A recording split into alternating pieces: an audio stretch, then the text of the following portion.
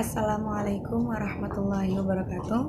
Perkenalkan, nama saya Nada Ulfa, NIM T2018-1039. Di sini saya akan menjelaskan tentang peran kepemimpinan guru. Yang pertama itu proses pembelajaran. Pengertian dari proses pembelajaran yaitu suatu kegiatan belajar mengajar menyangkut kegiatan tenaga pendidik, kegiatan peserta didik, pola dan proses interaksi tenaga pendidik dan peserta didik, dan sumber belajar dalam suatu lingkungan belajar dalam kerangka keterlaksanaan program pendidikan. Ciri-ciri proses pembelajaran yaitu yang pertama, meningkatkan dan mendukung proses belajar bagi siswa. Yang kedua, proses pembelajaran merupakan upaya sadar dan disengaja. Yang ketiga, adanya interaksi antara siswa dengan guru, siswa lain, tutor, media, atau sumber belajar lainnya.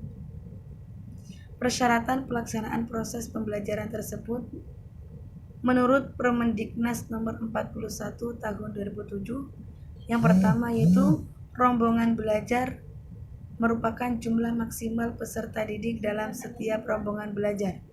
Yang pertama yaitu SMP atau MTS, itu ada 32 peserta didik. SMA atau MA ada 32 peserta didik. SD atau MI ada 28 peserta didik. SMK itu ada 32 peserta didik. Yang kedua yaitu buku teks pelajaran.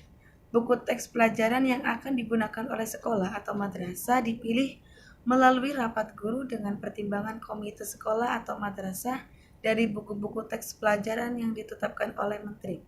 Ketiga, pengelolaan kelas antara lain meliputi pengaturan tempat duduk, kejelasan suatu suara guru, pemberian penguatan dan umpan balik, dan kesesuaian materi pelajaran dengan kecepatan dan kemampuan belajar peserta didik, serta guru menghargai pendapat peserta didik. Dalam pelaksanaan pembelajaran, yaitu ada kekuatan pada pembelajaran yang akan diperoleh. Yang pertama, pembelajaran lebih efektif dengan metode diskusi. Yang kedua, sudah melibatkan peserta didik dalam pembelajaran. Yang ketiga, peserta didik mulai antusias pembelajaran. Yang keempat, pemahaman materi oleh peserta didik lebih baik. Mengembangkan bakat dan minat siswa. Pengertian dari bakat itu sendiri adalah kemampuan yang merupakan sesuatu yang inheren dalam diri seseorang yang dibawa sejak mereka lahir dan terkait dengan struktur otak. Secara genetik, struktur otak memang telah terbentuk sejak lahir, tetapi berfungsinya otak itu sangat ditentukan oleh caranya lingkungan berinteraksi dengan anak manusia itu. Sedangkan minat ialah suatu dorongan yang membuat terkaitnya perhatian individu pada objek tertentu seperti pekerjaan, pelajaran, benda, dan orang. Sedangkan menurut Tampu Bolon mengemukakan bahwa minat adalah perpaduan antara keinginan dan kemauan yang dapat berkembang jika ada motivasi. Untuk memahami bagaimana peran guru dalam mengembangkan bakat siswa sebagai berikut. Yang pertama itu perhatian. Setiap individu adalah unik, karena itu setiap bakat perlu memperoleh perhatian khusus, bahwa tanpa kita sadari, ternyata banyak juga siswa-siswa yang kurang perhatian dari gurunya. Tak sedikit siswa yang merasa dirinya tidak diperhatikan gurunya, sehingga berbuah prestasi yang menurun. Yang kedua yaitu kerjasama antara orang tua dan guru. Guru dan orang tua pada hakikatnya memiliki tujuan yang sama dalam pendidikan anak, yaitu mendidik, membimbing, membina, serta memimpin anaknya menjadi dewasa. Seorang guru akan senang melihat siswanya ketika siswanya tersebut memiliki bakat yang baik. Yang ketiga yaitu belajar atau latihan. Belajar adalah proses di mana tingkah laku ditimbulkan atau diubah melalui latihan atau pengalaman.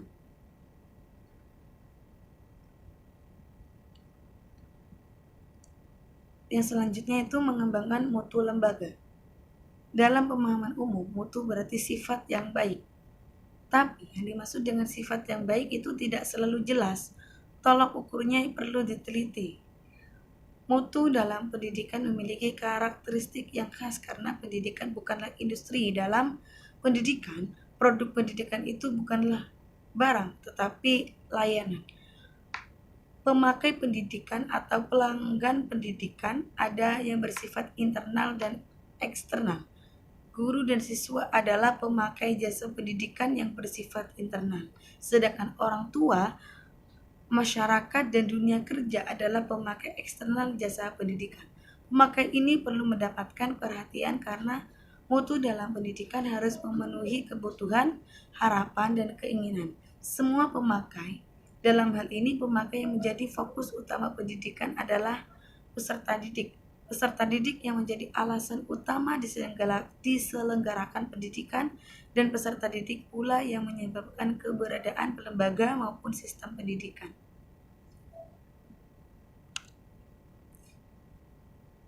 Terima kasih. Apabila ada salah kata, saya mohon maaf yang sebesar-besarnya. Wabillahi taufiq wal hidayah. Wassalamualaikum warahmatullahi wabarakatuh.